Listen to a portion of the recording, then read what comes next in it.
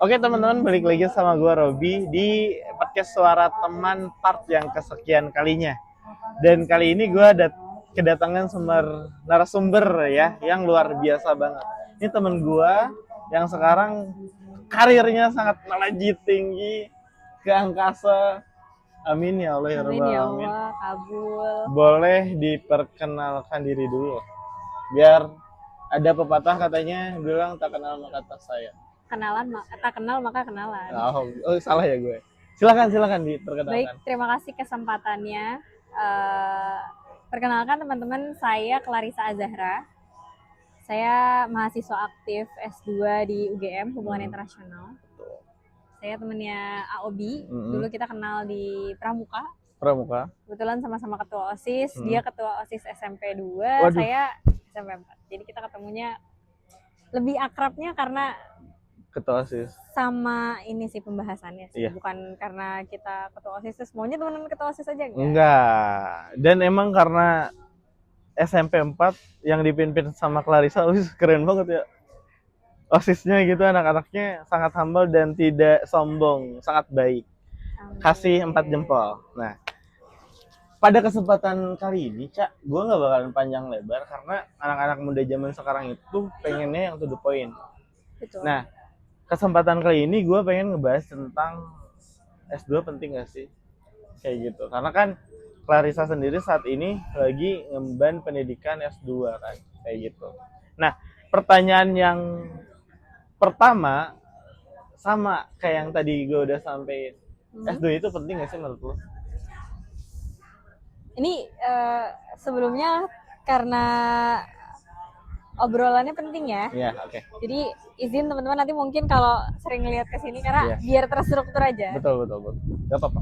Ya. Tadi pertanyaan pertama tuh karena penting gak sih gitu? Kalau menurut gue pribadi penting, juga selaras dengan karena kebutuhan gue adalah menjadi dosen. Oke. Jadi kalau misalkan teman-teman semua udah tahu karirnya arahnya mau kemana, menurut gue S2 penting. Dan tadi kenapa masih muda udah ngambil S2 gitu kan misalkan. Fun fact ya teman-teman, satu angkatan gue di UGM itu semua Gen Z. Gak ada S2-nya? kelahiran, iya, di HI. Keren. Gak ada kelahiran di atas 99. Gila. Ini seinget gue ya, karena kita 21 orang, nah semuanya Gen Z. Keren. Rata gitu. Benar-benar belum pada nikah semua, belum ada yang punya anak, belum ada bapak-bapak ibu-ibu. Dan menurut gue hari ini kita bisa tahu, bisa lihat udah banyak banget Gen Z yang S2 gitu. Oke. Dan udah bukan masanya kalau misalkan mau S2 tuh harus tunggu umur tua dulu gitu. Iya, gue paham. Nah, berarti menurut lu apa semua orang harus S2? Nah, kalau kita melihat lagi ya, sebenarnya beberapa orang mungkin karirnya nggak mau jadi dosen kayak gue kan. Iya, ada dia yang lulus S1 dia masih mau buka bisnis, kerja di MNC, NGO, atau di kantor-kantor dia merintis dan lain sebagainya. Itu ditahan dulu menurut gue kalau misalkan untuk kebutuhannya belum yang untuk menjadi akademisi atau peneliti gitu. Kecuali mungkin gue, maaf ya nanggepin ya, karena gue di Pemda kan, kecuali memang yang sekarang posisinya untuk mencapai karir yang lebih tinggi mungkin ya, posisi yang tinggi, mungkin kayaknya harus tuh untuk S2 tuh, biar jabatannya naik maksudnya gitu. Iya. Karena masih banyak juga orang yang beranggapan kalau misalkan mau S2 itu kebutuhannya untuk naik jabatan tadi. Iya. Sebenarnya kalau gue pribadi juga, kenapa menurut gue buat gue S2 penting? Iya. Buat gue sendiri, hal yang paling memalukan buat gue adalah ketika gue nggak tahu apa-apa. Itu menurut gue. Jadi gue selalu ada di tempat gue nggak bisa apa-apa lagi. Dan gue harus terus belajar, harus terus cari tahu semua hal gitu. Gue harus tahu banyak hal. Iya, karena tadi sebagai human, kita hidup untuk apa sih gitu kan? Nah itu gue selalu ngerasa gue haus dan harus belajar terus gitu. Oke. Selalu menempatkan diri di tempat gue nggak tahu apa-apa, gue nggak punya ilmu sebanyak itu gitu. Oke. Karena dari kita dilahirkan sampai kita meninggal pun harus banyak belajar. Benar. Iya kan? Benar. Hidup ini tentang belajar menurut gue. Dan ada pepatah juga kan bilang, tuntutlah ilmu sampai ke negeri Korea. Cina. Oh, Cina. Dikira Korea. Cina Nah, apaan? lanjut ya. Tadi kan menurut lu berarti sesuai dengan kebutuhannya berarti kan untuk S2 tuh. Jadi nggak semua orang harus S2. Dengan mungkin S1 juga udah cukup. Kalau misalnya memang passionnya ya udah jelas mungkin ya arahnya cuman ke situ.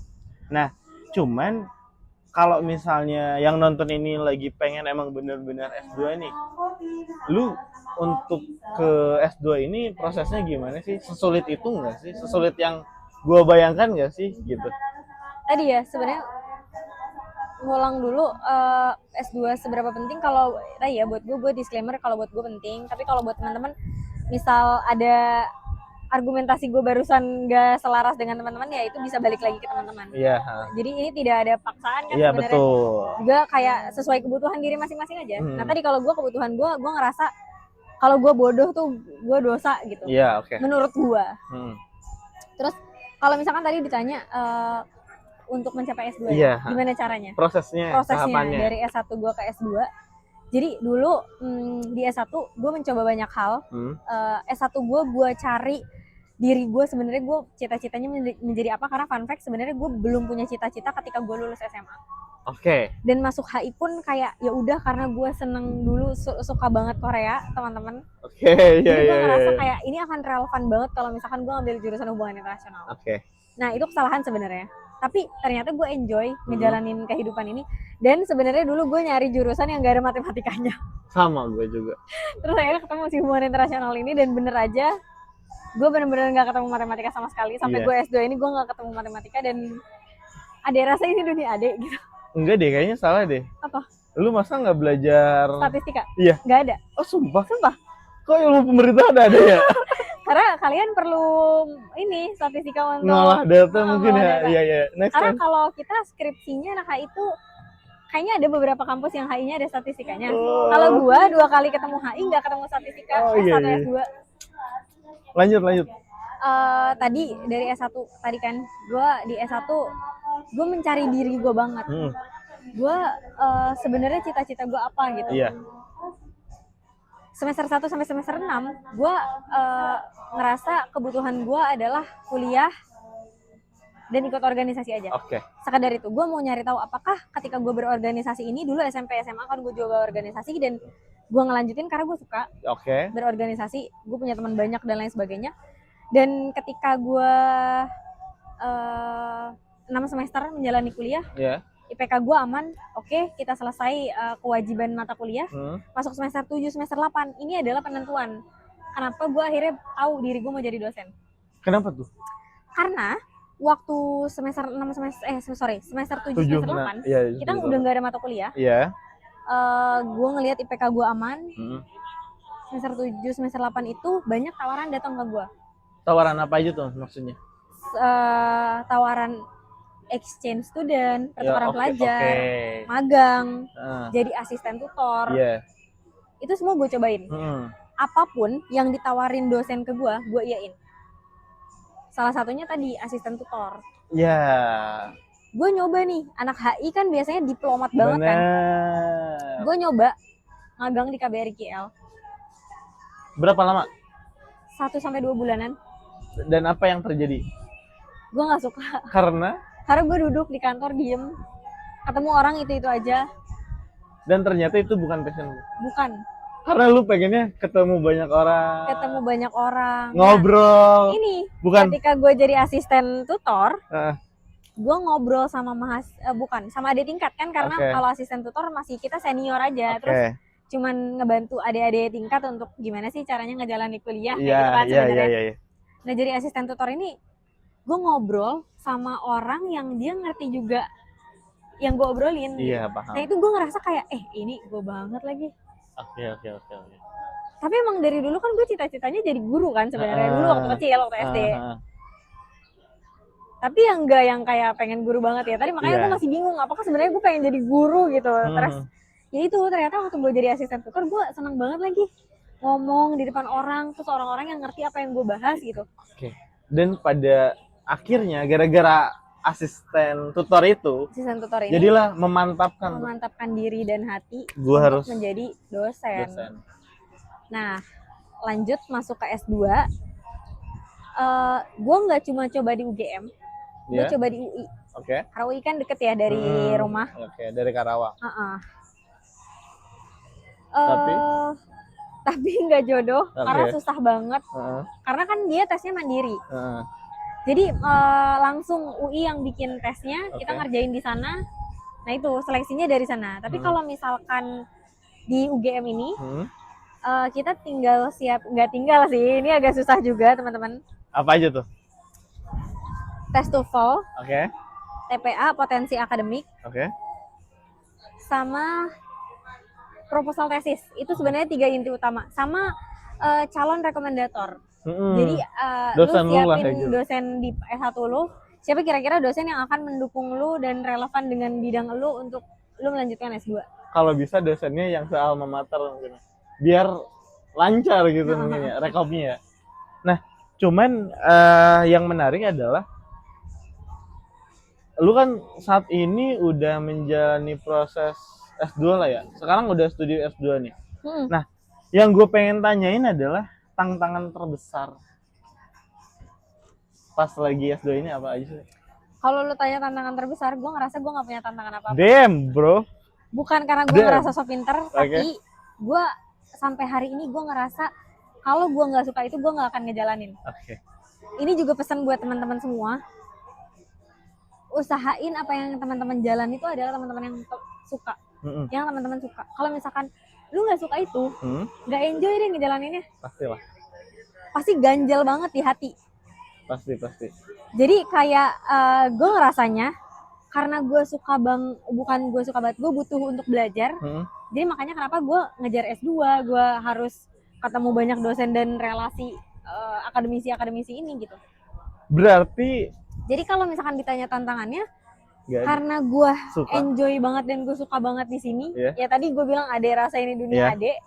Jadi gue ngerasa kayak oh ini tuh emang gampang banget karena lu suka, bukan karena lu ngegampangin. Iya, gue paham. Berarti sampai saat ini lu ngerasa enjoy dan ngerasa nggak ada tantangan yang gue happy banget lagi.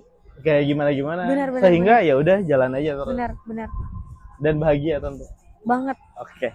Terakhir. Karena waktunya nggak boleh panjang-panjang. Saya udah dimarahin sama produser. Terakhir, pesan apa yang mau lu sampein ke temen-temen yang sekarang lagi pengen banget buat S2? Iya. Mungkin gue pernah cerita juga sama lu, gue ada suka sama satu kata-kata yang dia bilang kalau misalkan setiap kali lu ragu akan ada orang kurang berkompetensi ngambil tempat lu. Karena dunia ngasih reward ke pemberani, bukan cuma orang yang punya potensi. Oke, sepakat. Jadi potensi lu segede apapun, kalau misalkan lu nggak punya keberanian, kalau di TikTok dia bilang tapi bagaimana mau sukses kalau terlalu banyak tapi. Jadi keraguan apapun, kalau misalkan lu ragu terus ya udah lu akan ada di lingkaran ragu, lu akan ada di lingkaran ketakutan terus. Kalau lu nggak berani ngelangkah. Semua orang sukses hari ini, kita bisa belajar orang-orang terkaya di dunia dan lain sebagainya karena dia mau coba. Dia tahu dia bakal gagal. Ibaratnya kalau misalkan lu punya dalam hidup lu, seumur hidup lu punya 100 kegagalan. Kalau lu cuman gagal sekali terus lu udah patah, 99-nya akan nunggu lu terus sampai hidup lu selesai. Jadi lu abisin aja dulu 99-nya. Abisin semua kegagalannya. Pada akhirnya lu bakalan sukses juga. Karena lu nggak mungkin lu ditaruh di dunia ini untuk gagal terus. Sepakat. Tapi ya itu capaiannya jangan mikir kaya doang ya. Keberhasilan kan kita jangan takarannya kaya mulu. Sepakat. Ya kalau gue sih pengen kaya juga sih. Sehat, relasi, koneksi, dan banyak hal. Mungkin itu dulu podcast Suara Teman kali ini. Karena waktunya udah terbatas dan udah kepanjangan. Thank you buat teman-teman semuanya. Dadah. Sampai jumpa di podcast selanjutnya.